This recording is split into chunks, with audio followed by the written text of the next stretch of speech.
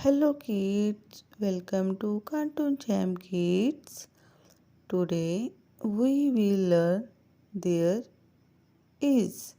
We use there is for one thing. Let's see examples. There is a cat. There is a ball. There is a tree. There is a car. There is a bird. There is a house. There is a book. There is a chair. There is a dog. There is a star. Very good kids. Now you learn there is. Thank you. Bye bye kids.